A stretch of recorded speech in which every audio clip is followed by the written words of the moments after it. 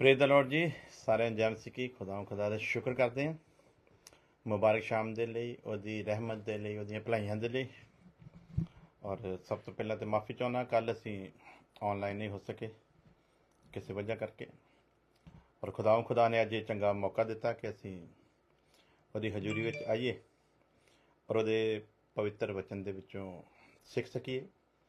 ਜੈਸਾ ਕਿ ਅਸੀਂ ਸਿੱਖ ਰਹੇ ਸੀਗੇ ਜੈਨੇਸਿਸ ਉਤਪਤੀ ਦੀ ਕਿਤਾਬ ਉਹਦੇ ਪਹਿਲੇ ਅਧਿਆਇ ਚੋਂ ਕਿ ਖੁਦਾ ਨੇ ਆਖਿਆ ਕਿ ਰੌਸ਼ਨੀ ਹੋਵੇ ਤੇ ਰੌਸ਼ਨੀ ਹੋ ਗਈ। ਫਿਰ ਖੁਦਾ ਨੇ ਰੌਸ਼ਨੀ ਨੂੰ ਹਨੇਰੇ ਤੋਂ ਵੱਖਰਾ ਕੀਤਾ। ਸੋ ਇਸ ਪੁਆਇੰਟ ਦੇ ਉੱਤੇ ਅਸੀਂ ਪਿਛਲੀ ਵਾਰੀ ਸਿੱਖਿਆ ਸੀਗਾ ਕਿ ਖੁਦਾ ਦੀ ਇਹ ਇੱਛਾ ਨਹੀਂ ਹੈ ਕਿ ਜਿੱਥੇ ਰੌਸ਼ਨੀ ਹੋਵੇ ਉੱਥੇ ਹਨੇਰੇ ਦੇ ਵਾਸਤੇ ਕੋਈ ਜਗ੍ਹਾ ਹੋਵੇ। ਸੋ ਸ਼ੁਰੂਆਤ ਦੇ ਵਿੱਚ ਹੀ ਅਸੀਂ ਦੇਖਦੇ ਹਾਂ, ਸ਼ੁਰੂਆਤੀ ਦੌਰ ਦੇ ਵਿੱਚ ਹੀ, ਕਿ ਖੁਦਾ ਨੇ ਰੌਸ਼ਨੀ ਨੂੰ ਹਨੇਰੇ ਤੋਂ ਵੱਖਰਾ ਕੀਤਾ। ਸੋ ਉਸੇ ਤਰ੍ਹਾਂ ਖੁਦਾ ਇਸ ਦੁਨੀਆ ਦੇ ਵਿੱਚ, ਇਸ ਸੰਸਾਰ ਦੇ ਵਿੱਚ ਔਰ ਇਹਨਾਂ ਲੋਕਾਂ ਦੇ ਵਿੱਚੋਂ ਜਦੋਂ ਖੁਦਾ ਸਾਡੇ ਉੱਤੇ ਆਪਣੀ ਰੌਸ਼ਨੀ ਦੇ ਲਈ ਉਹ ਇਹ ਹੁਕਮ ਕਰਦਾ ਹੈ ਕਿ ਸਾਡੇ ਉੱਤੇ ਉਹਦੀ ਰੌਸ਼ਨੀ ਹੋਵੇ, ਤੇ ਫਿਰ ਖੁਦਾ ਉਸੇ ਤਰ੍ਹਾਂ ਅੱਜ ਵੀ ਇਹ ਚਾਹੁੰਦਾ ਹੈ ਕਿ ਉਹ ਰੌਸ਼ਨੀ ਨੂੰ ਹਨੇਰੇ ਤੋਂ ਵੱਖਰਾ ਰੱਖੇ। ਸੋ ਇਸੇ ਲਈ ਵਚਨ 'ਚ ਲਿਖਿਆ, ਇਹਨਾਂ ਵਿੱਚੋਂ ਨਿਕਲ ਆਓ ਤੇ ਅਲੱਗ ਹੋਵੋ ਤੇ ਮਸੀਹ ਦਾ ਨੂਰ ਤੁਹਾਡੇ ਉੱਤੇ ਚਮਕੇਗਾ। ਸੋ ਕਦੀ ਕਦੀ ਜਦੋਂ ਨਿਰਾਲੇ ਦੇ ਵਿੱਚ ਬੈਠ ਕੇ ਖੁਦਾ ਦੀ ਅਨੰਤ ਯੋਜਨਾ ਦੇ ਬਾਰੇ, ਖੁਦਾ ਦੇ ਉਹਨਾਂ ਪਲਾਨਿੰਗ ਦੇ ਬਾਰੇ 'ਚ ਜਿਹੜੇ ਉਹਨੇ ਸਾਡੇ ਲਈ ਕੀਤੀਆਂ, ਜਦੋਂ ਕਦੇ ਵਿਚਾਰ ਕਰੀਦਾ ਆ ਤੇ ਲਾਜਵਾਬ ਹੋ ਜਾਈਦਾ ਕਿ ਇਸ ਇਨਸਾਨ ਦੇ ਲਈ ਖੁਦਾ ਨੇ ਕਿੱਡਾ ਵੱਡਾ ਉਪਰਾਲਾ ਕੀਤਾ ਹੈ। ਇਹਨੂੰ ਬਣਾਇਆ ਜਾਵੇ। ਅਗੰਮ ਗਿਆਨੀ ਪਰਮੇਸ਼ਵਰ ਪਹਿਲਾਂ ਤੋਂ ਜਾਣਦਾ ਸੀ ਕਿ ਇਹਦੇ ਲਈ ਕਿਹੜੀ ਕਿਹੜੀ ਚੀਜ਼ ਲੋੜੀਂਦੀ ਹੈ। ਸੋ ਇੱਕ ਆਦਮ ਤੇ ਹਵਾ ਨੂੰ ਪਹਿਲਾਂ ਬਣਾਇਆ, ਔਰ ਖੁਦਾ ਦੀ ਇਸ ਆਦਮ ਦੇ ਲਈ ਮੁਹੱਬਤ ਨੂੰ ਅਗਰ ਅਸੀਂ ਵਿਚਾਰ ਕਰੀਏ ਤੇ ਕਿੱਡੀ ਵੱਡੀ ਉਹਦੀ ਅਸੀਂ ਯੋਜਨਾ ਨੂੰ ਦੇਖਦੇ ਹਾਂ ਕਿ ਇਸ ਮਨੁੱਖ ਦੀ ਰਚਨਾ ਕਰਨੀ ਸੀ। ਔਰ ਇਹਦੀ ਰਚਨਾ ਤੋਂ ਪਹਿਲਾਂ ਇਹਦੇ ਲਈ ਕਿੱਡਾ ਵੱਡਾ ਯੂਨੀਵਰਸਲ ਬਣਾਇਆ ਗਿਆ, ਕਿੱਡਾ ਵੱਡਾ। ਸੋ ਇਹ ਕੋਈ ਆਮ ਨਿਗਾਹ, ਇਹ ਮਨੁੱਖ ਕੋਈ ਆਮ ਨਹੀਂ, ਬਲਕਿ ਪਰਮੇਸ਼ਵਰ ਦੀ ਸਭ ਤੋਂ ਸ੍ਰੇਸ਼ਟ ਰਚਨਾ ਹੈ। ਔਰ ਇਹਦੇ ਲਈ ਉਹਦੀ ਅਦਭੁਤ ਯੋਜਨਾ ਹੈ। ਔਰ ਇਹ ਯੋਜਨਾ ਨਾ ਤੇ ਉਹਨੇ ਕਿਸੇ ਜਾਨਵਰ ਵਾਸਤੇ, ਨਾ ਕਿਸੇ ਪਸ਼ੂ ਪੰਛੀ ਵਾਸਤੇ, ਨਾ ਹੀ ਕਿਸੇ ਹੋਰ ਜੀਵ ਵਾਸਤੇ ਉਹਨੇ ਤਿਆਰ ਕੀਤੀ, ਬਸ ਇਹਦੇ ਵਾਸਤੇ। ਸਭ ਕੁਝ ਇਸੇ ਮਨੁੱਖ ਦੇ ਲਈ ਰਚਿਆ ਗਿਆ ਹੈ। ਇੱਥੋਂ ਇਹਨੂੰ ਆਪਣੀ ਕੀਮਤ ਦਾ ਪਤਾ ਲੱਗਣਾ ਚਾਹੀਦਾ ਵੀ ਮੈਂ ਹੈ ਕੀ ਹਾਂ। ਇਹਨੂੰ ਪਤਾ ਲੱਗਣਾ ਚਾਹੀਦਾ ਕਿ ਖੁਦਾ ਦੀ ਮੇਰੇ ਲਈ ਕਿੱਡੀ ਵੱਡੀ ਯੁੱਗਾਂ ਦੀ ਯੋਜਨਾ ਹੈ, ਔਰ ਖੁਦਾ ਮੈਨੂੰ ਕਿੰਨਾ ਪਿਆਰ ਕਰਦਾ ਹੈ, ਔਰ ਮੇਰੇ ਲਈ ਕੀ ਕੁਛ ਕਰਦਾ ਹੈ। ਔਰ ਆਖਰਕਾਰ ਉਹਨੇ ਮੇਰੇ ਲਈ ਇਹ ਕੀਤਾ ਕਿ ਮੈਨੂੰ ਪਾਪ ਦੇ ਵੱਸ਼ ਤੋਂ ਛੁਡਾਉਣ ਦੇ ਲਈ ਉਹ ਮੇਰੇ ਵਰਗਾ ਰੂਪ ਧਾਰ ਕੇ ਉਹ ਮੇਰੇ ਜਿਹਾ ਬਣ ਕੇ ਇਸ ਧਰਤੀ ਦੇ ਉੱਤੇ ਆਇਆ। ਮੇਰੀ ਖਾਤਰ ਉਹਨੇ ਤੀਸਰੇ ਆਕਾਸ਼ ਦੀ ਮਹਿਮਾ ਨੂੰ ਛੱਡਿਆ, ਦੂਤਾਂ ਦੀ ਆਰਾਧਨਾ ਨੂੰ ਛੱਡਿਆ, ਤੇ ਮੇਰੀ ਖਾਤਰ ਮਨੁੱਖ ਬਣ ਕੇ ਇਸ ਧਰਤੀ ਦੇ ਉੱਤੇ ਆਇਆ। ਲਿਖਿਆ, ਪਰਮੇਸ਼ਵਰ ਦੇ ਸਵਰੂਪ ਦੇ ਵਿੱਚ ਹੁੰਦਿਆਂ ਹੋਇਆਂ ਵੀ ਉਹਨੇ ਇਸ ਚੀਜ਼ ਨੂੰ ਆਪਣੇ ਅਧਿਕਾਰ ਦੇ ਵਿੱਚ ਰੱਖਣਾ ਨਾ ਚਾਹਿਆ, ਬਲਕਿ ਆਪਣੇ ਆਪ ਨੂੰ ਸ਼ੂਨਯ ਕੀਤਾ, ਜ਼ੀਰੋ ਕੀਤਾ, ਤੇ ਮਨੁੱਖ ਦਾ ਰੂਪ ਧਾਰ ਕੇ ਉਹ ਇਸ ਧਰਤੀ ਉੱਤੇ ਮੇਰੇ ਲਈ, ਤੁਹਾਡੇ ਲਈ ਆਇਆ। ਔਰ ਇਸ ਸੰਸਾਰ ਦੇ ਲਈ ਉਹ ਕੁਰਬਾਨ ਹੋਇਆ, ਤਾਂ ਕਿ ਆਪਣੇ ਬਣਾਏ ਹੋਏ ਇਸ ਮਨੁੱਖ ਨੂੰ ਪਾਪ ਦੇ ਬੰਧਨ ਤੋਂ, ਅੰਧਕਾਰ ਦੀ ਸ਼ਕਤੀ ਤੋਂ, ਹਨੇਰੇ ਦੇ ਵਿੱਚੋਂ ਕੱਢ ਕੇ ਉਹ ਪਰਮੇਸ਼ਵਰ ਆਪਣੇ ਪਿਆਰੇ ਪੁੱਤਰ ਦੇ ਚਾਨਣ ਦੇ ਵਿੱਚ ਸਾਨੂੰ ਲਿਆਵੇ, ਤਾਂ ਕਿ ਜਿਵੇਂ ਉਹ ਰੌਸ਼ਨੀ ਆ, ਤਿਵੇਂ ਅਸੀਂ ਵੀ ਰੌਸ਼ਨੀ ਵਾਂਗੂ ਦਿਖਾਈ ਦਈਏ। ਅਸੀਂ ਬੁਝੇ ਹੋਏ ਸਾਂ, ਔਰ ਉਹਨੇ ਸਾਨੂੰ ਬੁਝਿਆ ਹੋਇਆਂ ਨੂੰ ਰੌਸ਼ਨ ਕੀਤਾ। ਲੋਕ ਦੀਵਾ ਜਲਾਉਂਦੇ ਆ, ਤੇਲ ਪਾਉਂਦੇ ਆ, ਤਾਂ ਕਿ ਫਿਰ ਉਹਦੇ ਵਿਚਲੀ ਬੱਤੀ ਨੂੰ ਅੱਗ ਲਾਈਏ ਤੇ ਫਿਰ ਉਹ ਰੌਸ਼ਨੀ ਦੇਵੇ। ਲੇਕਿਨ ਅਸੀਂ ਜਿਹੜੇ ਬੁਝੇ ਹੋਏ ਸਾਂ, ਸਾਨੂੰ ਰੌਸ਼ਨ ਕਰਨ ਦੇ ਲਈ ਉਹਨੇ ਤੇਲ ਨਹੀਂ, ਬਲਕਿ ਆਪਣਾ ਲਹੂ ਬਹਾਇਆ, ਔਰ ਤੇਲ ਦੀ ਜਗ੍ਹਾ ਉਹਨੇ ਆਪਣੇ ਲਹੂ ਨੂੰ ਇਸਤੇਮਾਲ ਕੀਤਾ, ਤਾਂ ਕਿ ਉਹ ਸਾਨੂੰ ਇੱਕ ਦੀਵੇ ਦੀ ਮਾਨਿੰਦ ਰੌਸ਼ਨ ਕਰੇ ਤੇ ਇਸ ਦੁਨੀਆ ਦੇ ਅੱਗੇ ਲਿਆ ਕੇ ਰੱਖੇ, ਤਾਂ ਕਿ ਜਿਵੇਂ ਉਹ ਚਾਨਣ ਆ, ਤਿਵੇਂ ਅਸੀਂ ਵੀ ਇਸ ਦੁਨੀਆ ਦੇ ਵਿੱਚ ਦੁਨੀਆ ਨੂੰ ਚਾਨਣ ਵਰਗੇ ਲੱਗੀਏ ਤੇ ਦੁਨੀਆ ਨੂੰ ਚਾਨਣ ਦੇ ਸਕੀਏ। ਇਸ ਲਈ ਉਹਨੇ ਕਿਹਾ, ਤੁਸੀਂ ਜਗਤ ਦਾ ਨੂਰ ਹੋ, ਤੁਸੀਂ ਜਗਤ ਦੀ ਜੋਤੀ ਹੋ, ਤੁਸੀਂ ਜਲ ਦੇ ਚਿਰਾਗਾਂ ਦੀ ਮਾਨਿੰਦ ਹੋ। ਸੋ ਸਾਨੂੰ ਰੌਸ਼ਨ ਉਹਨੇ ਆਪਣੇ ਹੀ ਲਹੂ ਦੇ ਨਾਲ ਕੀਤਾ, ਔਰ ਸਾਨੂੰ ਰੌਸ਼ਨ ਇਸ ਲਈ ਕੀਤਾ ਕਿ ਨੰਬਰ 1, ਅਸੀਂ ਆਪ ਅੰਧਕਾਰ ਦੇ ਵਿੱਚ ਨਾ ਰਹੀਏ, ਨੰਬਰ 2, ਅਸੀਂ ਦੂਜਿਆਂ ਨੂੰ ਰੌਸ਼ਨੀ ਦੇ ਸਕੀਏ। ਔਰ ਜਦੋਂ ਉਹਨੇ ਸਾਨੂੰ ਰੌਸ਼ਨ ਕੀਤਾ, ਤੇ ਪਵਿੱਤਰ ਕਲਾਮ ਦੱਸਦਾ ਆ, ਰੌਸ਼ਨ ਕਰਕੇ ਉਹਨੇ ਸਾਨੂੰ ਗੁਪਤ ਨਹੀਂ ਰੱਖਿਆ।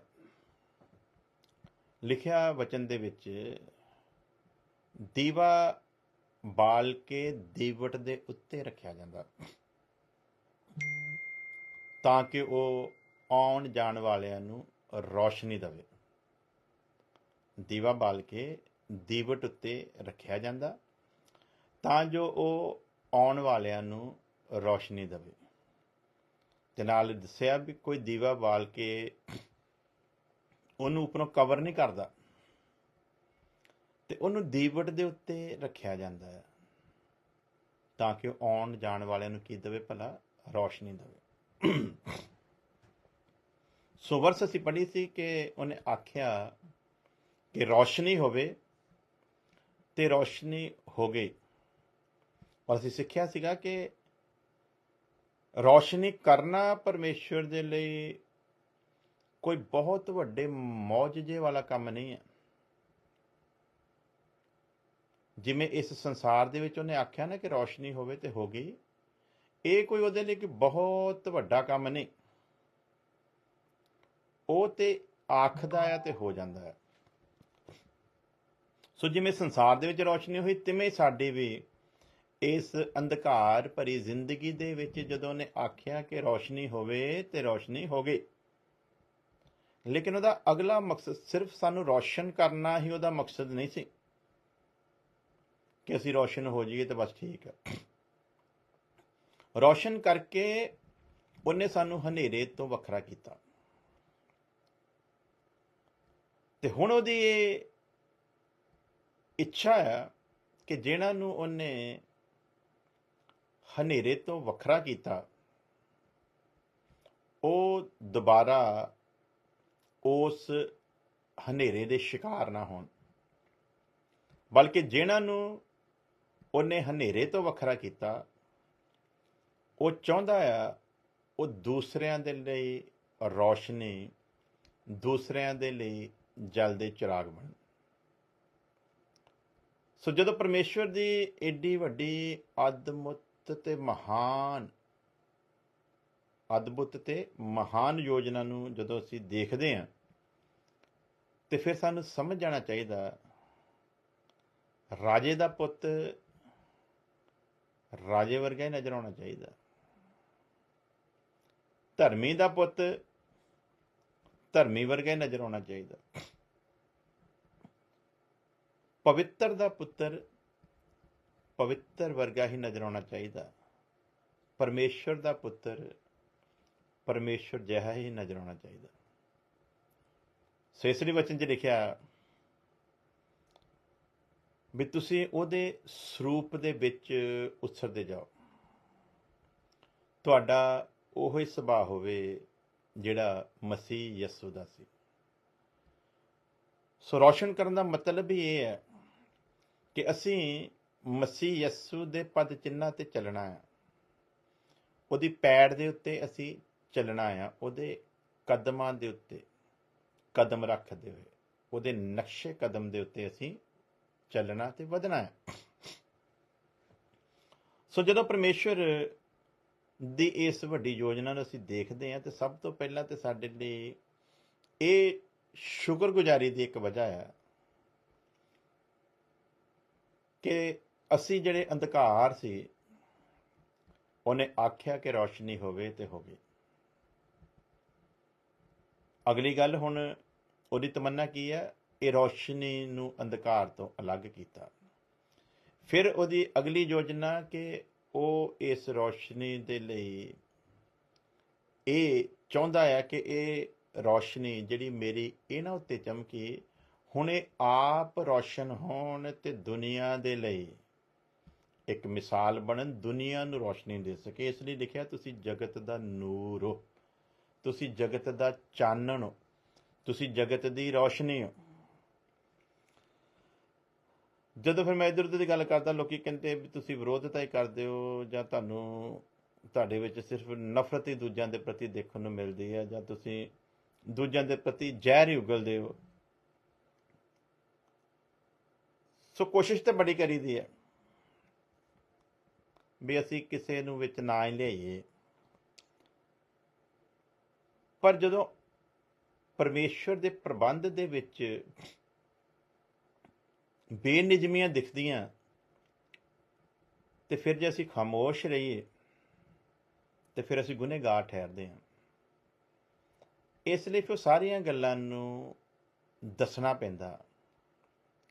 ਜੇ ਮੈਂ ਤੁਹਾਨੂੰ ਕੱਲੀ ਰੌਸ਼ਨੀ ਦੇ ਬਾਰੇ ਸਿਖਾਵਾਂ, ਜੇ ਕੱਲੀ ਰੌਸ਼ਨੀ ਹੋਵੇ ਤੇ ਫਿਰ ਲੋਕੀ ਰੌਸ਼ਨੀ ਦੀ ਮਹੱਤਤਾ ਤੇ ਉਹਦੀ ਅਹਿਮੀਅਤ ਨੂੰ ਸਮਝ ਨਹੀਂ ਸਕਦੇ। ਜੇ ਸਾਰਾ ਸੱਚ ਹੀ ਸੱਚ ਹੋਵੇ ਤੇ ਫਿਰ ਲੋਕ ਸੱਚ ਦੀ ਅਹਿਮੀਅਤ ਨੂੰ ਨਹੀਂ ਸਮਝ ਸਕਦੇ। ਸੋ ਜਦੋਂ ਅਸੀਂ ਇੱਕ ਚੀਜ਼ ਦੀ ਗਹਿਰਾਈ ਨੂੰ ਲੋਕਾਂ ਦੇ ਅੱਗੇ ਲਿਆਉਣਾ, ਜਿੰਨੀ ਦੇਰ ਤੱਕ ਉਹਦਾ ਦੂਸਰਾ ਰੂਪ ਨਾ ਦੱਸਿਆ ਜਾਵੇ, ਉਨੀ ਦੇਰ ਤੱਕ ਉਹਦੀ ਅਹਿਮੀਅਤ ਨੂੰ ਸਮਝਿਆ ਨਹੀਂ ਜਾ ਸਕਦਾ। ਰੌਸ਼ਨੀ ਹੁੰਦੀ ਨਾ ਘਰਾਂ ਦੇ ਵਿੱਚ, ਤੇ ਇਹ ਵੀ ਇੱਕ ਗਰਮ ਤਾਰ ਹੁੰਦੀ ਹੈ ਕਹਿੰਦੇ, ਤੇ ਇੱਕ ਠੰਡੀ ਹੁੰਦੀ ਹੈ, ਇੱਕ ਨੈਗੇਟਿਵ ਤੇ ਇੱਕ ਪੋਜ਼ਿਟਿਵ। ਸੋ ਦੋਨਾਂ ਦਾ ਮਿਸ਼ਰਣ ਹੋ ਕੇ ਤੇ ਰੌਸ਼ਨੀ ਆਉਂਦੀ ਹੈ। ਨਾ ਇਕੱਲੀ ਨੈਗੇਟਿਵ ਰੋਸ਼ਨੀ ਦੇ ਸਕਦੀ ਹੈ ਤੇ ਨਾ ਇਕੱਲੀ ਪੋਜ਼ਿਟਿਵ। ਸੱਚ ਹੀ ਸੱਚ ਹੋਵੇ, ਝੂਠ ਨਾ ਹੋਵੇ, ਤੇ ਫਿਰ ਸੱਚ ਦੀ ਕੀ ਪਹਿਚਾਣ ਹੋਊਗੀ। ਇਸ ਲਈ ਪਰਮੇਸ਼ਵਰ ਦੀ ਵੱਡੀ ਯੋਜਨਾ ਹੈ ਕਿ ਸੱਚ ਲੋਕਾਂ ਨੂੰ ਸਮਝ ਆਵੇ। ਇਸ ਲਈ ਇੱਕ ਪਾਸੇ ਉਹਨੇ ਝੂਠ ਨੂੰ ਰਹਿਣ ਦਿੱਤਾ। ਮਿਸਾਲ ਦੇ ਤੌਰ ਦੇ ਉੱਤੇ ਲਿਖਿਆ, ਉਹਨੇ ਕਿਹਾ ਰੌਸ਼ਨੀ ਹੋਵੇ ਤੇ ਰੌਸ਼ਨੀ ਹੋ ਗਈ। ਲੇਕਿਨ ਇਹਦਾ ਮਤਲਬ ਇਹ ਨਹੀਂ ਹੈ ਕਿ ਅੰਧਕਾਰ ਨੂੰ ਖਤਮ ਕਰ ਦਿੱਤਾ, ਅੰਧਕਾਰ ਨੂੰ ਇੱਕ ਪਾਸੇ ਰੱਖਿਆ। ਦਿਨ ਬਣਾਉਣਾ ਸੀਗਾ ਤੇ ਦਿਨ ਨੂੰ ਤੇ ਲੋਕ ਤਾਂ ਹੀ ਸਮਝਦੇ ਜੇ ਰਾਤ ਵੀ ਹੁੰਦੀ। ਇਸ ਲਈ ਉਹਨੇ ਜਦੋਂ ਰੌਸ਼ਨੀ ਕਿਹਾ ਹੋਵੇ ਤੇ ਹਨੇਰੇ ਦੇ ਵਿੱਚ ਰੌਸ਼ਨੀ ਤੇ ਚਮਕੀ, ਪਰ ਉਹਦਾ ਅਰਥ ਇਹ ਨਹੀਂ ਹੈ ਕਿ ਉਹਨੇ ਰੌਸ਼ਨੀ ਬਣਾ ਕੇ ਹਨੇਰੇ ਨੂੰ ਹਮੇਸ਼ਾ ਦੇ ਲਈ ਖਤਮ ਕੀਤਾ, ਬਲਕਿ ਹਨੇਰੇ ਨੂੰ ਰਹਿਣ ਦਿੱਤਾ ਤਾਂ ਕਿ ਲੋਕ ਰੌਸ਼ਨੀ ਦੀ ਕੀਮਤ ਨੂੰ ਸਮਝ ਸਕਣ। ਸੋ ਅੱਜ ਵੀ ਜਦੋਂ ਅਸੀਂ ਦੁਨੀਆ ਤੇ ਨਜ਼ਰ ਮਾਰਦੇ ਹਾਂ, ਜੇ ਸਾਰੇ ਧਰਮੀ ਹੋਣ ਤੇ ਉਹਨਾਂ ਦੀ ਕੋਈ ਵੈਲਿਊ ਨਹੀਂ ਪੈਣ ਵਾਲੀ ਇੰਨੀ। ਸੋ ਇਹ ਪਰਮੇਸ਼ਵਰ ਦੀ ਯੋਜਨਾ ਦਾ ਇੱਕ ਹਿੱਸਾ ਆ ਕਿ ਧਰਮੀ ਪ੍ਰਗਟ ਹੋਣ। ਇਸ ਲਈ ਸੰਸਾਰ ਦੇ ਵਿੱਚ ਉਹਨੇ ਕੁਧਰਮੀਆਂ ਨੂੰ ਰਹਿਣ ਦਿੱਤਾ, ਰੱਖਿਆ ਨਹੀਂ ਆਪਾਂ ਕਹਿ ਸਕਦੇ, ਰਹਿਣ ਦਿੱਤਾ ਹੈ। ਅੰਧਕਾਰ ਨੂੰ ਰੱਖਿਆ ਨਹੀਂ ਬਲਕਿ ਰਹਿਣ ਦਿੱਤਾ ਹੈ। ਜ਼ਿੰਦਗੀ ਨੂੰ ਰੱਖਿਆ, ਜ਼ਿੰਦਗੀ ਬਖਸ਼ੀ, ਜ਼ਿੰਦਗੀ ਨੂੰ ਲਿਆਂਦਾ, ਤੇ ਜ਼ਿੰਦਗੀ ਦੇ ਨਾਲ ਨਾਲ ਉਹਨੇ ਮੌਤ ਨੂੰ ਰਹਿਣ ਦਿੱਤਾ ਹੈ। ਮੌਤ ਨੂੰ ਇਸ ਕਰਕੇ ਰਹਿਣ ਦਿੱਤਾ ਤਾਂ ਕਿ ਜ਼ਿੰਦਗੀ ਦੀ ਕੀਮਤ ਇਨਸਾਨ ਸਮਝ ਸਕੇ। ਜੇ ਮੌਤ ਨਾ ਹੁੰਦੀ ਤੇ ਜ਼ਿੰਦਗੀ ਦੀ ਕੀਮਤ ਦਾ ਪਤਾ ਨਹੀਂ ਸੀ ਲੱਗਣਾ, ਇਹਦੀ ਕਦਰੋਂ ਕੀਮਤ ਨਹੀਂ ਸੀ ਪੈਣੀ। ਇਸ ਲਈ ਜਿੱਥੇ ਉਹਨੇ ਕਿਹਾ ਕਿ ਮੈਂ ਚਾਹੁੰਦਾ ਹਾਂ ਤੁਸੀਂ ਜ਼ਿੰਦਗੀ ਪਾਓ ਤੇ ਬਹੁਤਾਇਤ ਦੀ ਪਾਓ, ਉੱਥੇ ਜਦੋਂ ਇਹ ਐਲਾਨ ਕਰਦਾ ਆ ਤੇ ਇਹਦਾ ਮਤਲਬ ਇਹ ਨਹੀਂ ਹੈ ਕਿ ਮੌਤ ਨੂੰ ਹਟਾ ਦਿੱਤਾ ਹੈ, ਮੌਤ ਰਹਿਣ ਦਿੱਤੀ ਹੈ। ਲੇਕਿਨ ਨਾਲ ਹੀ ਆਪਣੇ ਦਾਸਾਂ ਦੇ ਥਰੂ ਇਹ ਐਲਾਨ ਵੀ ਕੀਤਾ ਕਿ ਇਹ ਮੌਤ ਤੇਰਾ ਡੰਗ ਕਿੱਥੇ। ਸੋ ਮੌਤ ਨੂੰ ਰਹਿਣ ਦਿੱਤਾ ਜਿਹੜੀ ਡੰਗ ਮਾਰਦੀ ਸੀ, ਉਹ ਅੱਜ ਵੀ ਹੈਗੀ ਹੈ। ਔਰ ਲਿਖਿਆ ਪਰਮੇਸ਼ਵਰ ਦੀ ਆਖਰੀ ਜਿਹੜੀ ਯੋਜਨਾ ਨਾ, ਜਿਹੜਾ ਲਾਸਟ ਵਿੱਚ ਨਸ਼ਟ ਕੀਤਾ ਜਾਣਾ, ਉਹ ਮੌਤ ਹੀ ਆ। ਜਿਹਨੇ ਪਾਪ ਦੇ ਨਾਲ ਮਿਲ ਕੇ ਤੇ ਉਹ ਪਾਪ ਜਿਹਨੇ ਮੌਤ ਦੇ ਨਾਲ ਮਿਲ ਕੇ ਇਨਸਾਨ ਦੇ ਉੱਤੇ ਰਾਜ ਕੀਤਾ ਹੈ। ਸੋ ਅਸੀਂ ਦੇਖਦੇ ਹਾਂ ਕਿ ਜ਼ਿੰਦਗੀ ਦਾ ਐਲਾਨ ਕਰਦਾ ਹੈ ਪਰਮੇਸ਼ਵਰ, ਲੇਕਿਨ ਮੌਤ ਨੂੰ ਹਟਾਉਂਦਾ ਨਹੀਂ ਤਾਂ ਕਿ ਜ਼ਿੰਦਗੀ ਸਮਝ ਆ ਸਕੇ। ਮੌਤ ਹੋਣੀ ਜਾਂ ਕਦੋਂ ਸ਼ੁਰੂ ਹੋਣੀ ਸੀ, ਉਹਦਾ ਐਲਾਨ ਬੇਸ਼ੱਕ ਅਸੀਂ ਦੇਖਦੇ ਹਾਂ ਕਿ ਮੌਤ ਦੀ ਗਿਣਤੀ ਜਿਹੜੀ ਹੈ ਉਦੋਂ ਸ਼ੁਰੂ ਹੋਈ ਜਦੋਂ ਪਾਪ ਧਰਤੀ ਉੱਤੇ ਆਇਆ ਤੇ ਆਦਮ ਨੂੰ ਬਾਗੇ ਅਦਨ ਚੋਂ ਕੱਢ ਕੇ ਬਾਹਰ ਰੱਖਿਆ ਤੇ ਆਦਮ ਦੀ ਜ਼ਿੰਦਗੀ ਦੇ ਵਰ੍ਹਿਆਂ ਦੇ ਦਿਨ ਸ਼ੁਰੂ ਹੋਏ।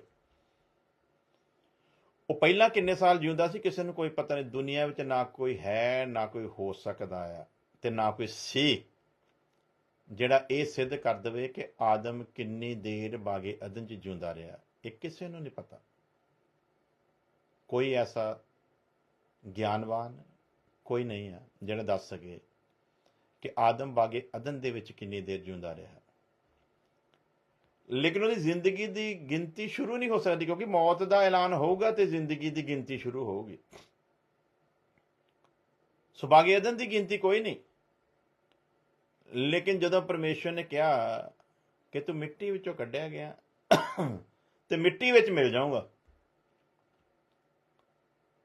ਉਦੋਂ ਤੋਂ ਫਿਰ ਉਹਨੂੰ ਕੱਢਿਆ ਗਿਆ ਤੇ ਉਹਦਾ ਦਿਨ ਹੋਇਆ ਧਰਤੀ ਦੇ ਉੱਤੇ ਪਹਿਲਾ ਦਿਨ। ਉਸ ਤੋਂ ਅੱਗੇ ਅਸੀਂ ਦੇਖਦੇ ਹਾਂ ਵੀ 900 ਜਿੰਨੇ ਵੀ ਸਾਲ ਉਹ ਜਿਉਂਦਾ ਰਿਹਾ, ਤੇ ਉਹ 973 ਵਰੇ ਆਈ ਥਿੰਕ, ਮੈਂ ਜੇ ਗਲਤ ਨਾ ਹੋਵਾਂ ਤਾਂ ਮੈਨੂੰ ਪ੍ਰੋਪਰ ਯਾਦ ਨਹੀਂ, ਸੋ ਉਹਦੇ ਲਈ ਮਾਫੀ ਚਾਹੁੰਦਾ। ਜਿੰਨੇ ਵੀ ਤੁਸੀਂ ਸਭ ਜਾਣਦੇ ਹੋ, ਬਾਅਦ 'ਚ ਆਪਾਂ ਦੇਖ ਵੀ ਸਕਦੇ ਬਾਈਬਲ ਦੇ ਵਿੱਚੋਂ। ਉਹ ਜਿੰਨੇ ਵੀ ਸਾਲ ਜਿਉਂਦਾ ਰਿਹਾ, ਉਹ ਸਾਲ ਉਹਦੇ ਬਾਗੇ ਅਦਨ ਤੋਂ ਨਿਕਲਣ ਤੋਂ ਬਾਅਦ ਸ਼ੁਰੂ ਹੁੰਦੇ ਆ। ਸੋ ਮੌਤ ਦਾ ਐਲਾਨ ਹੋਇਆ ਤੇ ਜ਼ਿੰਦਗੀ ਦੀ ਅਹਿਮੀਅਤ ਦਾ ਪਤਾ ਲੱਗਾ। ਲੇਕਿਨ ਮੌਤ ਦੇ ਬਾਰੇ 'ਚ ਜਿਹੜੀ ਜਾਣਕਾਰੀ ਆ ਕਿ ਮੌਤ ਵੀ ਕੋਈ ਹੈਗੀ ਆ, ਉਹਦਾ ਐਲਾਨ ਉਹਨੇ ਪਹਿਲਾਂ ਹੀ ਕਰ ਦਿੱਤਾ ਸੀਗਾ ਕਿ ਜਿਸ ਦਿਨ ਤੂੰ ਹੁਕਮ ਨੂੰ ਤੋੜੇਗਾ, ਜਿਸ ਦਿਨ ਤੂੰ, ਸਾਡੇ ਕਿਸੇ ਭਾਈ ਜੀ ਨੇ ਲਿਖਿਆ ਆ 931 ਸਾਲ ਸੀ ਉਹਦੀ ਉਮਰ, ਥੈਂਕ ਯੂ ਵੈਰੀ ਮਚ। ਸੋ ਅਸੀਂ ਦੇਖਦੇ ਹਾਂ ਵਚਨ ਦੇ ਤਹਿਤ ਉਹਦੇ ਤੇ ਜਦੋਂ ਗੌਰ ਕਰਦੇ ਹਾਂ ਵੀ ਉਹ ਬਾਗੇ ਅਦਨ ਚੋਂ ਕੱਢਿਆ ਗਿਆ ਆ, ਜ਼ਿੰਦਗੀ ਸ਼ੁਰੂ ਹੋਈ ਹੈ। ਲੇਕਿਨ ਪਰਮੇਸ਼ਵਰ ਨੇ ਕੀ ਕਿਹਾ ਸੀਗਾ, ਜਿਸ ਦਿਨ ਤੂੰ ਇਸ ਦਰਖਤ ਤੋਂ ਖਾਵੇਂਗਾ ਉਸ ਦਿਨ ਤੂੰ ਮੇਰੇ ਤੋਂ ਮਰ ਜਾਵੇਂਗਾ। ਸੋ ਇੱਕ ਮੌਤ ਤੇ ਉਦੋਂ ਹੀ ਹੋ ਗਈ, ਕਦੋਂ? ਜਦੋਂ ਉਹਨੇ ਪਰਮੇਸ਼ਵਰ ਦੇ ਹੁਕਮ ਨੂੰ ਤੋੜ ਦਿੱਤਾ। ਦੂਸਰੀ ਮੌਤ ਦਾ ਐਲਾਨ ਫਿਰ ਪਰਮੇਸ਼ਵਰ ਕਰਦਾ ਹੈ ਜਦੋਂ ਉਹਨੂੰ ਸਰਾਪ ਦਿੰਦਾ, ਤੂੰ ਮਿੱਟੀ ਵਿੱਚੋਂ ਕੱਢਿਆ ਗਿਆ ਤੇ ਮਿੱਟੀ ਵਿੱਚ ਮਿਲ ਜਾਵੇਂਗਾ। ਪਹਿਲੀ ਮੌਤ, ਆਦਮ ਦੇ ਅੰਦਰ ਜਿਸ ਆਤਮਾ ਦੀ ਰਚਨਾ ਕੀਤੀ ਸੀ, ਉਸ ਮਿੱਟੀ ਨੂੰ ਜਦੋਂ ਬਣਾਇਆ ਇੱਕ ਪੁਤਲਾ ਤੇ ਉਹਨੂੰ ਰੂਹ, ਜਿਸਮ ਤੇ ਜਾਨ ਬਖਸ਼ਿਆ, ਤੇ ਉਹਦੇ ਵਿੱਚ ਜਿਹੜਾ ਆਤਮਾ ਉਹਨੇ ਰਚਿਆ, ਉਹ ਆਤਮਾ ਦਾ ਕਨੈਕਸ਼ਨ ਪਰਮੇਸ਼ਵਰ ਦੇ ਨਾਲ, ਪਰਮਾਤਮਾ ਦੇ ਨਾਲ ਸੀ। ਸੋ ਪਹਿਲੀ ਮੌਤ ਦਾ ਅਰਥ ਕਿ ਇਹਦੇ ਆਤਮਾ ਦਾ ਕਨੈਕਸ਼ਨ ਪਰਮੇਸ਼ਵਰ ਦੇ ਆਤਮਾ ਤੋਂ ਡਿਸਕਨੈਕਟ ਹੋਇਆ। ਸੋ ਮੌਤ ਇਹਨੂੰ 3 ਕਿਸ਼ਤਾਂ ਦੇ ਵਿੱਚ ਮਿਲੀ। ਪਹਿਲੀ ਮੌਤ, ਆਦਮ ਦੇ ਆਤਮਾ ਦਾ ਕਨੈਕਸ਼ਨ ਪਰਮੇਸ਼ਵਰ ਦੇ ਆਤਮਾ ਤੋਂ ਕੱਟਿਆ ਜਾਣਾ, ਜਿਹੜਾ ਉਹਨੇ ਪਹਿਲਾਂ ਦੱਸਿਆ ਸੀ ਕਿ ਜਿਸ ਦਿਨ ਤੂੰ ਇਸ ਦਰਖਤ ਦੇ ਫਲ ਤੋਂ ਖਾਵੇਂਗਾ ਤੂੰ ਜ਼ਰੂਰ ਮਰੇਗਾ। ਦੂਸਰੀ ਮੌਤ, ਪਰਮੇਸ਼ਵਰ ਸਰਾਪ ਦਿੰਦਾ ਤੇ ਕਹਿੰਦਾ ਹੈ ਤੂੰ ਮਿੱਟੀ ਵਿੱਚੋਂ ਕੱਢਿਆ ਗਿਆ ਤੇ ਮਿੱਟੀ ਦੇ ਵਿੱਚ ਮਿਲ ਜਾਵੇਂਗਾ। ਤੀਸਰੀ ਮੌਤ, ਇਹ ਮਿੱਟੀ ਜੇ ਮਿੱਟੀ ਬਣ ਕੇ ਰਵੇਗੀ, ਆਪਣੇ ਆਪ ਨੂੰ ਮਿੱਟੀ ਸਮਝ ਕੇ ਜੀਵੇਗੀ, ਤੈਨੂੰ ਪਤਾ ਹੋਵੇਗਾ ਕਿ ਇਸ ਮਿੱਟੀ ਨੇ ਇੱਕ ਦਿਨ ਮਿੱਟੀ ਦੇ ਵਿੱਚ ਮਿਲਣਾ ਆ। ਇਸ ਤੋਂ ਪਹਿਲਾਂ ਇਹ ਮਿੱਟੀ ਦੁਬਾਰਾ ਮਿੱਟੀ ਦੇ ਵਿੱਚ ਮਿਲ ਜਾਵੇ, ਇਹਦੇ ਅੰਦਰ ਜਿਹੜਾ ਉਹਨੇ ਆਤਮਾ ਰਚਿਆ ਸੀ, ਉਹ ਆਤਮੇ ਦਾ ਕਨੈਕਸ਼ਨ ਦੁਬਾਰਾ ਉਹਦੇ ਨਾਲ ਜੁੜਨਾ ਚਾਹੀਦਾ ਹੈ। ਹੁਣ ਇਸ ਮਿੱਟੀ ਦੀ ਇਹ ਜ਼ਿੰਮੇਵਾਰੀ ਆ ਜਿਹਦੇ ਉੱਤੇ ਉਹਨੇ ਆਪਣੀ ਰੌਸ਼ਨੀ ਨੂੰ ਪ੍ਰਗਟ ਕੀਤਾ ਹੈ। ਇਸ ਮਿੱਟੀ ਨੂੰ ਹੁਣ ਚਾਹੀਦਾ ਕਿ ਇਹ ਮਿੱਟੀ ਮਿੱਟੀ ਦੇ ਵਿੱਚ ਮਿਲੇ। ਉਸ ਤੋਂ ਪਹਿਲਾਂ ਉਹ ਜਿਹੜਾ ਆਤਮਾ ਬਾਗੇ ਅਦਨ ਦੇ ਵਿੱਚ ਪਰਮੇਸ਼ਵਰ ਦੇ ਆਤਮਾ ਤੋਂ ਡਿਸਕਨੈਕਟ ਹੋਇਆ ਤੇ ਇਹਦੀ ਪਹਿਲੀ ਮੌਤ ਹੋਈ। ਇਹਨੇ ਹੁਣ ਜਿਸਮ ਦੀ ਮੌਤ ਤੋਂ ਪਹਿਲਾਂ, ਜਿਹੜਾ ਮਿੱਟੀ ਦੇ ਵਿੱਚ ਇਹਨੇ ਹੁਣ ਮਿਲਣਾ ਆ, ਮਿੱਟੀ ਦੇ ਵਿੱਚ ਮਿਲਣ ਤੋਂ ਪਹਿਲਾਂ ਪਰਮੇਸ਼ਵਰ ਦੇ ਪਵਿੱਤਰ ਆਤਮਾ ਤੇ ਕਲਾਮ ਦੇ ਬੀਜ ਦੀ ਸਹਾਇਤਾ ਦੇ ਨਾਲ ਇਹਨੇ ਧਰਮ ਦੇ ਰਾਹ ਦੇ ਉੱਤੇ ਚੱਲਦਿਆਂ ਹੋਇਆਂ ਉਸ ਡਿਸਕਨੈਕਟ ਹੋਏ ਕਨੈਕਸ਼ਨ ਨੂੰ ਜੋੜ ਕੇ ਇਸ ਜਹਾਨ ਤੋਂ ਰੁਖਸਤ ਹੋਣਾ ਹੈ। ਇਹਦੀ ਜ਼ਿੰਮੇਵਾਰੀ ਹੈ। ਜੇ ਇਹ ਇਹਦੇ ਵਿੱਚ ਸਫਲ ਹੁੰਦਾ, ਫਿਰ ਇਹਦੇ ਉੱਤੇ ਤੀਸਰੀ ਮੌਤ ਦਾ ਕੁਝ ਅਸਰ ਨਹੀਂ। ਜੇਕਰ ਇਹ ਇਹਦੇ ਵਿੱਚ ਸਫਲ ਹੋ ਜਾਂਦਾ ਤੇ ਫਿਰ ਇਹਦੇ ਉੱਤੇ ਤੀਸਰੀ ਮੌਤ ਦਾ ਕੋਈ ਅਸਰ ਨਹੀਂ। ਲੇਕਿਨ ਅਗਰ ਬਦਕਿਸਮਤੀ ਨਾਲ ਇਹ ਇਹਦੇ ਵਿੱਚ ਅਧੂਰਾ ਰਹਿ ਜਾਂਦਾ, ਪਵਿੱਤਰ ਆਤਮਾ ਪਾ ਕੇ ਕਲਾਮ ਦਾ ਬੀਜ ਦੇ ਅੰਦਰ ਹੋਵੇ, ਫਿਰ ਵੀ ਇਹ ਉਹਦੀ ਅਗਵਾਈ ਦੇ ਵਿੱਚ ਨਾ ਚੱਲੇ ਤੇ ਉਹ ਜਿਹੜਾ ਆਤਮਾ ਪਰਮੇਸ਼ਵਰ ਦੇ ਆਤਮਾ ਤੋਂ ਡਿਸਕਨੈਕਟ ਹੋਇਆ ਸੀ, ਅਗਰ ਇਹ ਉਹਨੂੰ ਜੋੜਨ ਦੇ ਵਿੱਚ ਸਫਲ ਨਹੀਂ ਹੁੰਦਾ ਤੇ ਫਿਰ ਇਹ ਮਿੱਟੀ ਤੇ ਮਿੱਟੀ ਦੇ ਵਿੱਚ ਮਿਲੇਗੀ ਜ਼ਰੂਰ। ਇਹ ਤੇ ਪਰਮੇਸ਼ਵਰ ਦਾ ਸਰਾਪ ਸੀ ਇਹਦੇ ਲਈ ਕਿ ਤੂੰ ਮਿੱਟੀ ਦੇ ਵਿੱਚੋਂ ਕੱਢਿਆ ਗਿਆ ਤੇ ਮਿੱਟੀ ਦੇ ਵਿੱਚ ਮਿਲੇਗਾ।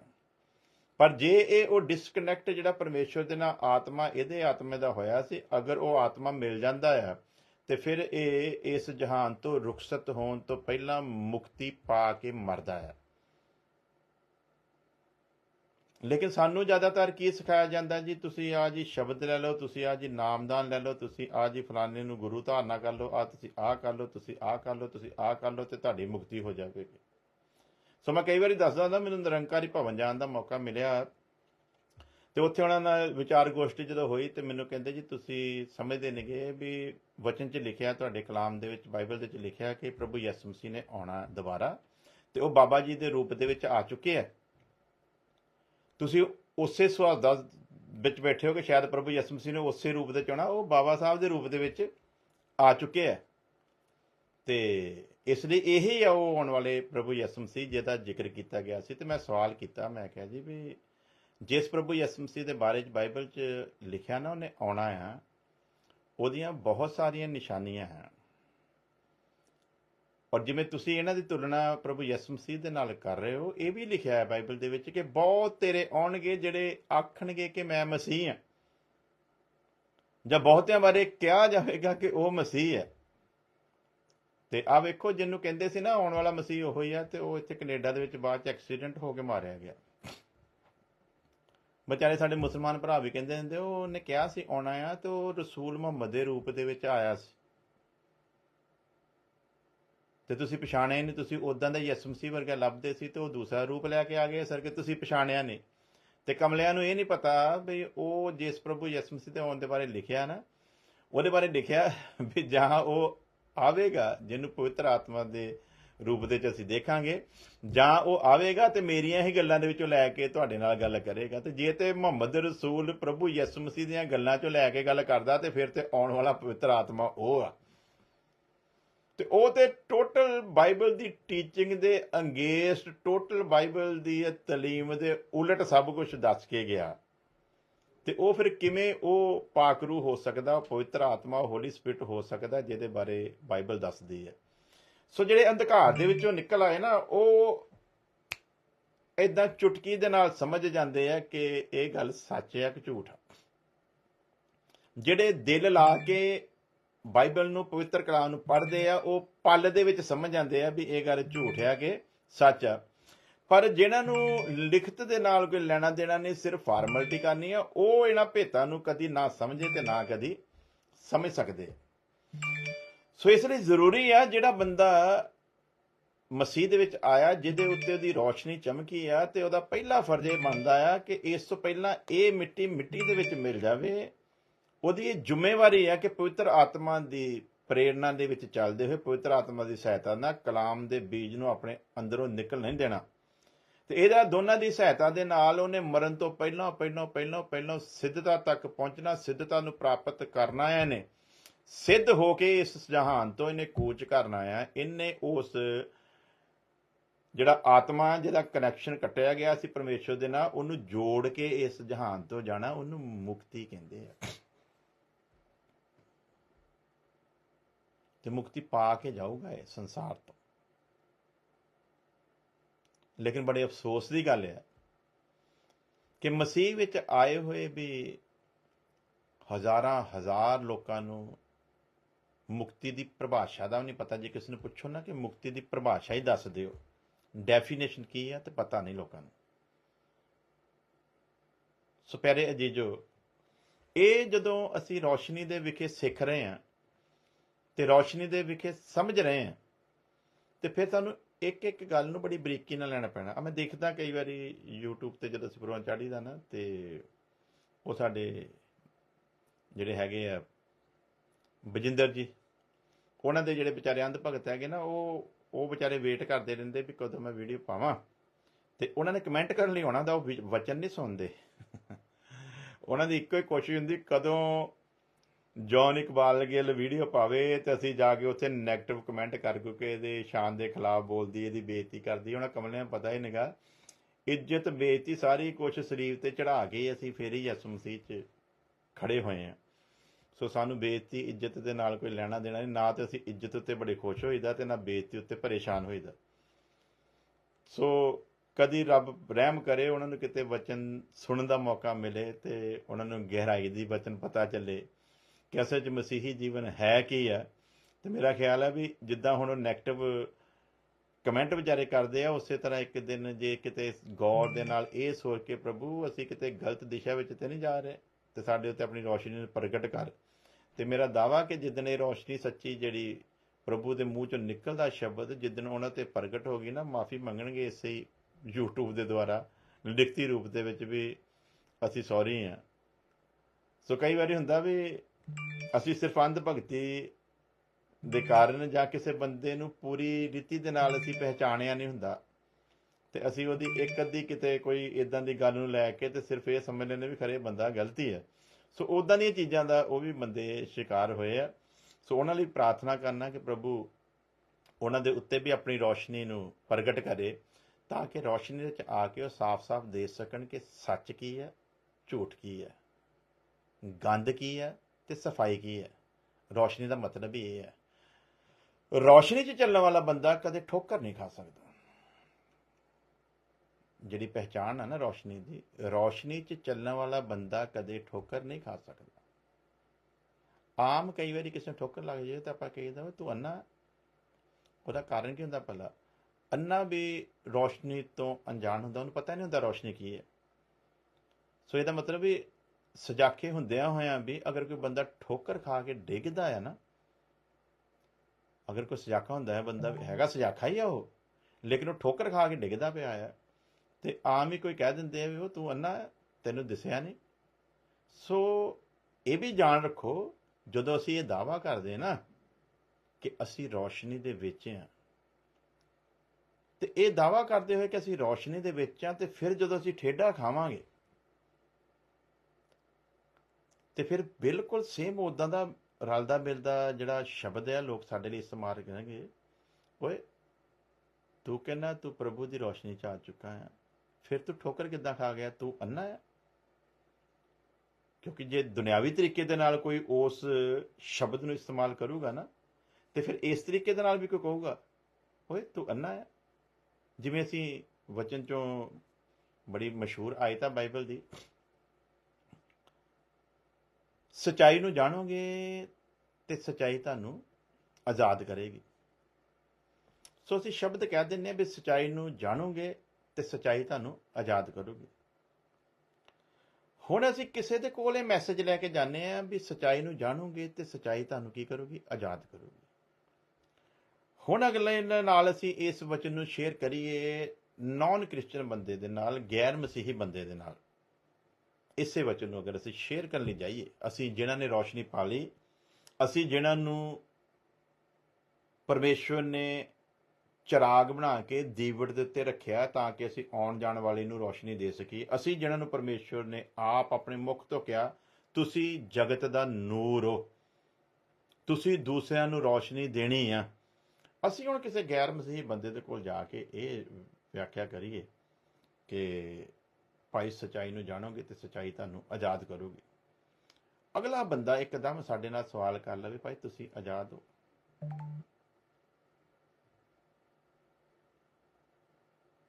ਤੇ ਜੇ ਤੁਸੀਂ ਆਜ਼ਾਦ ਹੋ ਗਏ ਹੋ ਤੇ ਪ੍ਰੂਫ ਦਿਓ ਆਪਣੀ ਆਜ਼ਾਦੀ ਦਾ। ਤੇ ਆਜ਼ਾਦੀ ਦਾ ਪ੍ਰੂਫ ਮੰਗਿਓ ਤੁਸੀਂ ਵੀ ਕਿਸੇ ਕੋਲੋਂ, ਬੜਾ ਮੁਸ਼ਕਲ ਹੋ ਜਾਣਾ। ਦੂਸਰੇ ਨੂੰ ਇਹ ਕਹਿਣਾ ਕਿ ਸੱਚਾਈ ਨੂੰ ਜਾਣੋਗੇ ਤੇ ਸੱਚਾਈ ਤੁਹਾਨੂੰ ਆਜ਼ਾਦ ਕਰੂਗੀ, ਇਹ ਬੜਾ ਇੱਕ ਨਾਰਮਲ ਜੀ ਗੱਲ ਹੈ। ਲੇਕਿਨ ਅਗਰ ਅਗਲਾ ਬੰਦਾ ਅੱਗਿਓਂ ਸਵਾਲ ਕਰ ਲਵੇ ਨਾ ਕਿ ਭਾਈ ਤੈਨੂੰ ਤੇ ਸੱਚਾਈ ਦਾ ਪਤਾ ਲੱਗ ਗਿਆ ਨਾ, ਤੇ ਜੇ ਤੈਨੂੰ ਲੱਗ ਗਿਆ ਤੇ ਫਿਰ ਤੂੰ ਪਹਿਲਾਂ ਦਿਖਾ ਉਸ ਸੱਚਾਈ ਨੂੰ ਆਪਣੇ ਜੀਵਨ ਦੇ ਵਿੱਚ, ਤੇ ਫਿਰ ਉਸ ਸੱਚਾਈ ਨੂੰ ਆਪਣੇ ਜੀਵਨ ਦੇ ਵਿੱਚ ਅਸੀਂ ਅਗਰ ਦਿਖਾਉਣਾ ਹੈ ਤੇ ਫਿਰ ਸਾਨੂੰ ਰੋਮੀਓ ਦਾ ਖੱਤ 12 ਅਧਿਆਇ ਦੇ ਉਸ ਵਚਨ ਨੂੰ ਆਪਣੇ ਜੀਵਨ ਦੇ ਵਿੱਚ ਦਿਖਾਉਣਾ ਪੈਣਾ। ਜਿਵੇਂ ਲਿਖਿਆ, ਇਸ ਸੰਸਾਰ ਦੇ ਹਮ ਸ਼ਕਲ ਨਾ ਹੋਵੋ,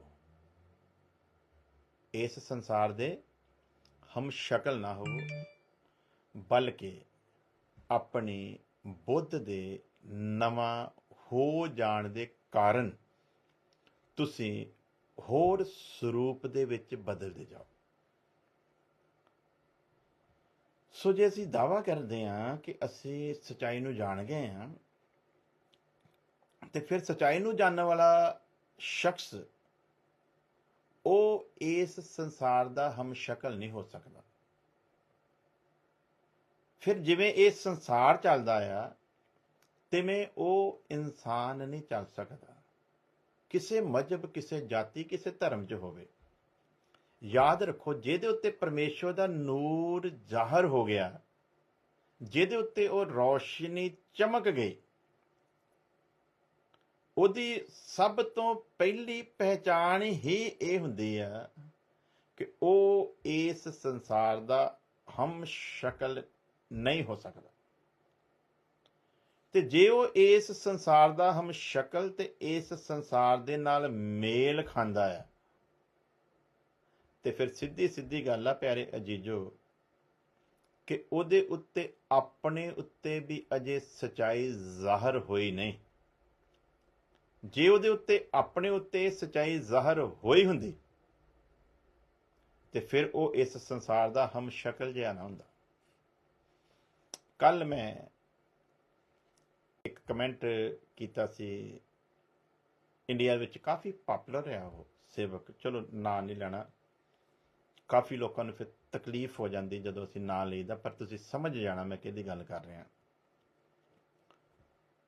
ਸੋ ਉਹਨੇ ਪੋਸਟ ਪਾਈ है भी जो मुझ पर या मेरी टीचिंग पर नेगेटिव कमेंट करते हैं, उनके लिए एक मौका कि वो मुझसे रूबरू बात कर सकते हैं ऑनलाइन माध्यम से। तो जो पोस्ट उन्होंने डाली है, उस पोस्ट को आप गैर मसीही लोगों के पास ले जाओ, क्योंकि मसीही वो अंधे हैं, बहुत सारे मसीही, मैं सभी के लिए नहीं ये वचन कहूंगा, बहुत सारे मसीही वो अंधे हैं जिनके पास आंखें तो हैं, परंतु जैसा वचन में लिखा कि तुसी अखां हुंदे होए भी नहीं देखते ते कान हुंदे होए भी नहीं सुनते। सो मैं उन मसीहों की बात नहीं करूंगा जिनके लिए ये वचन बाइबल में लिखा है, वो नहीं समझ पाएंगे, लेकिन आप उनसे अच्छे वो हैं जो मसीह को नहीं जानते, जो गैर मसीह, जिन पर अभी रोशनी चमकी भी नहीं। वो पोस्ट कोई गैर मसीही देखे, उसकी वो पोस्ट, और उस पर जिस स्टाइल से उस बंदे ने अपने आप को एक फोटो में पेश किया और वहां पर ये जो लाइनें लिखी हैं, अगर वो आप उसकी तस्वीर देखें तो गैर मसीही कोई भी शख्स उसे किसी भी एंगल से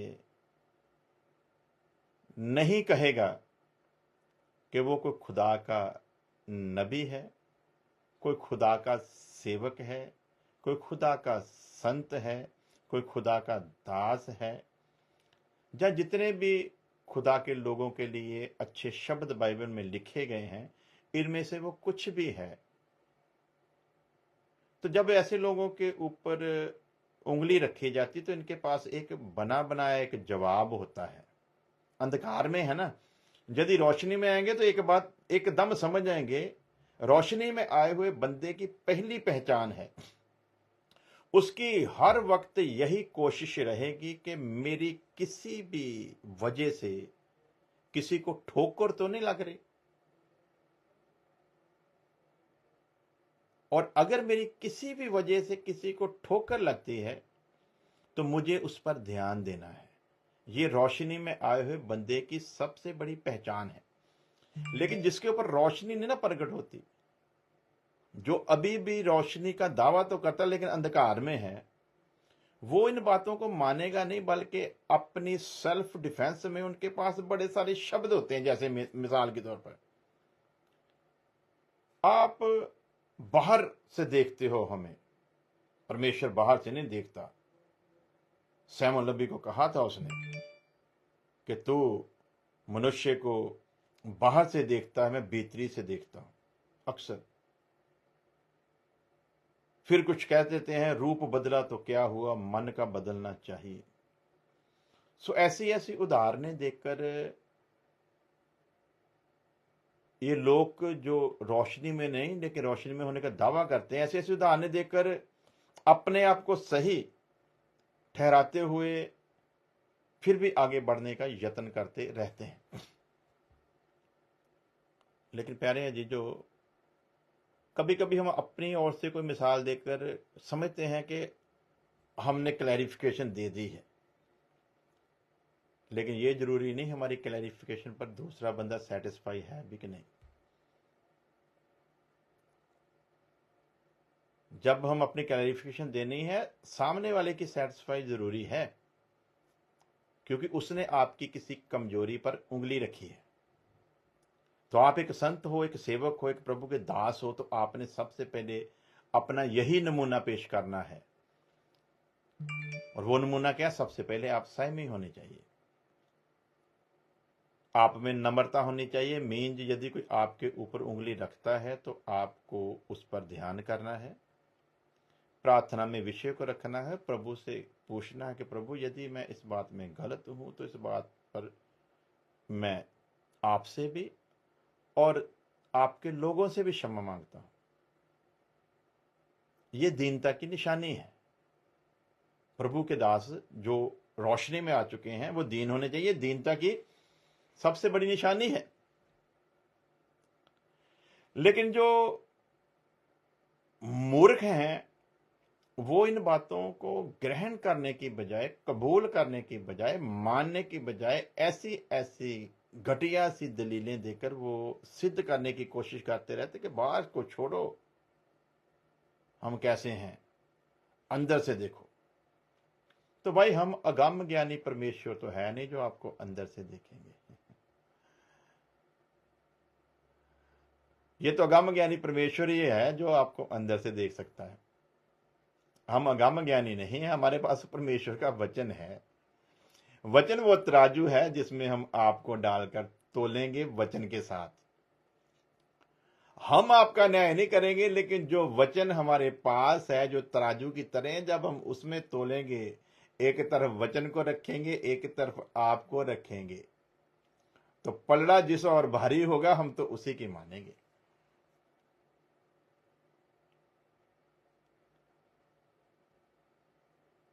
बाहर से ना देखो, अंदर से देखो।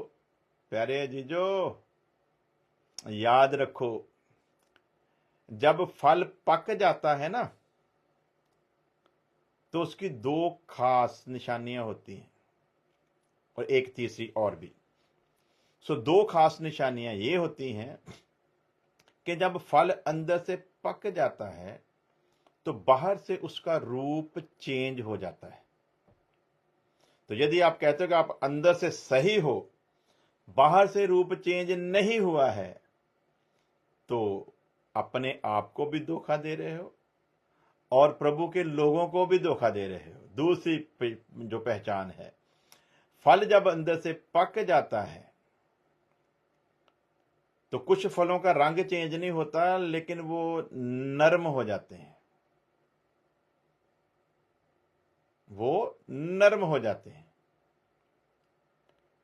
और तीसरी निशानी, जब फल पक जाता है तो वो दरख्त से जो है ना वो अपने आप को अलग कर लेता है। तो ये पके हुए फलों की निशानी होती है।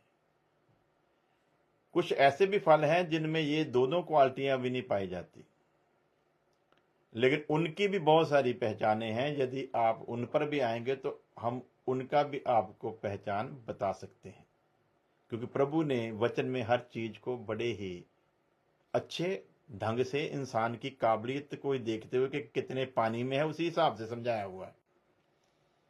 सो प्यारे अजीजो, रोशनी की पहचान, जो रोशनी है वो कभी ठोकर नहीं खाएगा, और जो रोशनी वाले के संग चलेंगे वो भी कभी ठोकर नहीं खाएंगे।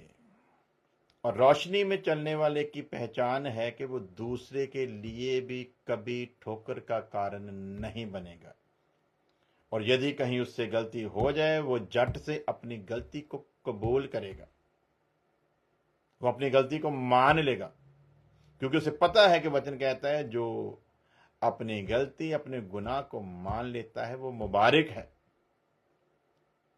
तो इसका दूसरा रूप क्या फिर हुआ? जो रोशनी में होने का दावा तो करे, परंतु झुकने के लिए तैयार ना हो, गलती को मानने के लिए तैयार ना हो, तो सीधी सी बात है वो अभी रोशनी में आया नहीं। और इसके लिए वचन में बड़ा एक अच्छा रेफरेंस है, गौर कर, ध्यान से देख, जिसे तू रोशनी समझता है कहीं वो अंधकार तो नहीं। सो प्यारे अजीजो, लंबा हो जाएगा वचन का टाइम जो है, सो इससे आगे कल हम फिर सीखेंगे। प्रार्थना में याद रखना और प्रभु से मांगना कि प्रभु और अपने इस वचन की गहराई को अपने पाक रूह के द्वारा हम पर प्रकट करे, क्योंकि जितनी देर तक पाक रूह नहीं समझाएगा उतनी देर तक हम जो भी इसका अर्थ करेंगे वो बेफायदा होगा। परंतु जब पाक रूह हम सबको समझाएगा, सुनाने वाले को भी सुनने वाले को भी, तो फिर ये वचन हमारी जिंदगी बन जाएगा। ये वचन फिर हमारी जिंदगी में रोशनी का ही काम करेगा। ये वचन फिर रोशनी लेकर हमारी जिंदगी में आएगा और इस बुझते हुए चिराग को भी रोशन करेगा। और फिर इस बुझते हुए चिराग को रोशन करके ये ऐलान करेगा कि तुम जगत की रोशनी हो, जलते चिराग बनो। इसीलिए वचन में लिखा है, और जलते चिराग रहना भी है। सो यदि हम चाहते हैं कि ये वचन हमारे जीवन में पूरा हो, तो हमें हर समय यही प्रार्थना करनी है कि प्रभु तेरा पवित्र आत्मा हमें वचन सुनाने में, हमें वचन सुनने में और हमें वचन पढ़ने में हमारी सहायता, हमारी मदद करे। और जब तू अपने दासों के जरिए बोले तो तेरा पवित्र आत्मा एक एक भेद को एकदम सरल तरीके से हम पर प्रकट करे। सो खुदा आप सबको बड़ी आशीष दे। ऐसे ही हम लोग खुदा के फजल से हर रोज न्यूयॉर्क टाइम के मुताबिक रात को 9:30 बजे 9:30 PM न्यूयॉर्क टाइम रात के 9:30 बजे यानी कि 9:30 PM, और इंडिया के टाइम उस समय होता है सुबह के 8 बजे होते हैं और एक दिन आगे होता है। जैसे अगर इधर 18 तारीख की रात है तो उधर 19 तारीख की सुबह होती है।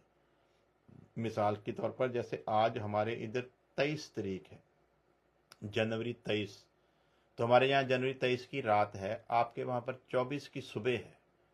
तो यहाँ पर हमने आज शुरू किया था 9:30 23 तारीख की रात को, तो आपके उधर 24 तारीख की सुबह 8 बजे है। सो एक दिन आगे होता है। सो उसी हिसाब से आप लोग काउंटिंग करके कोशिश किया करें कि ऑनलाइन जुड़ें। उसमें जो प्रभु आशीष देता है उसका अलग अजर है। जब अपलोड हो जाएगा उसके बाद जो सुनना है अजर तो सेम होगा, वो कोई बात नहीं। लेकिन ऐसे जब आप इकट्ठे होते हो तो जैसे वचन में लिखा है कि यहाँ 2 या 3 मेरे नाम में एक मन होंगे, इकट्ठे होंगे, मैं उनमें हाजिर हूँ। तो ये हाजिरी उस टाइप की होती है। बाद में भी सुनते हैं, बरकत तो खुदा बाद में भी देता है, लेकिन इसमें जो आनंद है वो शायद उसमें नहीं होता। तो खुदा आप सबको आशीष दे। तो मिलते हैं, अगर खुदा ने कल जीवन दिया, प्रभु की आमद में देरी है तो सेम समय पर हम लोग फिर खुदा के वचन को सीखेंगे। तब तक के लिए खुदा हम सबके साथ हो। आइए प्रार्थना करते हैं। प्यारे खुदावं खुदा, तेरा धन्यवाद करते हैं तेरी दया तेरी मोहब्बत के लिए। प्यारे खुदावं खुदा, सबसे पहले तेरे उन सब लोगों को तेरे तख्त के आगे लेकर आते हैं जिन्होंने प्रार्थना के लिए कहा है। और मैं एक एक का नाम लेकर जहाँ एक एक की तकलीफ को आपके सामने रखना नहीं चाहूँगा, क्योंकि मैंने तेरे वचन में पढ़ा है कि मेरे मांगने से पहले तू जानता है कि हमें किस चीज़ की ज़रूरत है। सो तो अपने लोगों की हर तरह की समस्या से वाकिफ़ है, हर तरह की दुख तकलीफ से वाकिफ़ है, हर तरह की परेशानी से, कमजोरी से वाकिफ़ है खुदावन। इसलिए सबको तेरे तख्त के आगे लेकर आता हूँ। जो भी ईमान से इस दुआ को सुन रहा है खुदावंत, यदि वो अपने दिल पर हाथ रखकर ये मान ले कि मेरी इल्तिजा तेरे हजूर पहुँच गई है, तो मेरा ईमान है कि खुदावंत खुदा का रहम उस पर होगा। सो है खुदा, जितने भी लोग आगे भी सुने, सबके लिए तेरे बड़े रहम को मांगता हूँ, और खास करके उनके लिए जिन्होंने प्रार्थना करने के लिए कहा है। तेरी रहमत उन पर हो जाए खुदा, तेरा जलाल उन पर प्रगट हो, और तेरे लोग तेरे वचन की गंभीरता को समझते हुए खुदा तेरी वाणी को अपने मन में रखते हुए उस जिंदगी की ओर अपने कदम को बढ़ाते जाएं जिसके लिए तूने हम सबको बुलाया है।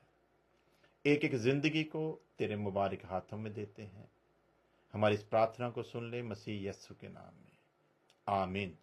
अब हमारे खुदावंद यीशु मसीह का फजल, खुदा की मोहब्बत, पाक रूह की संगत अब से लेकर हमेशा तक उसके तमाम लोगों के साथ बनी रहे, आमीन आमीन। खुदा आप सबको बड़ी आशीष दे। सबको मेरी ओर से जय मसीह की। इसी तरह खुदा की मर्जी हुई तो हम लोग खुदा के वचन को सीखते रहेंगे। सबको जय मसीह की।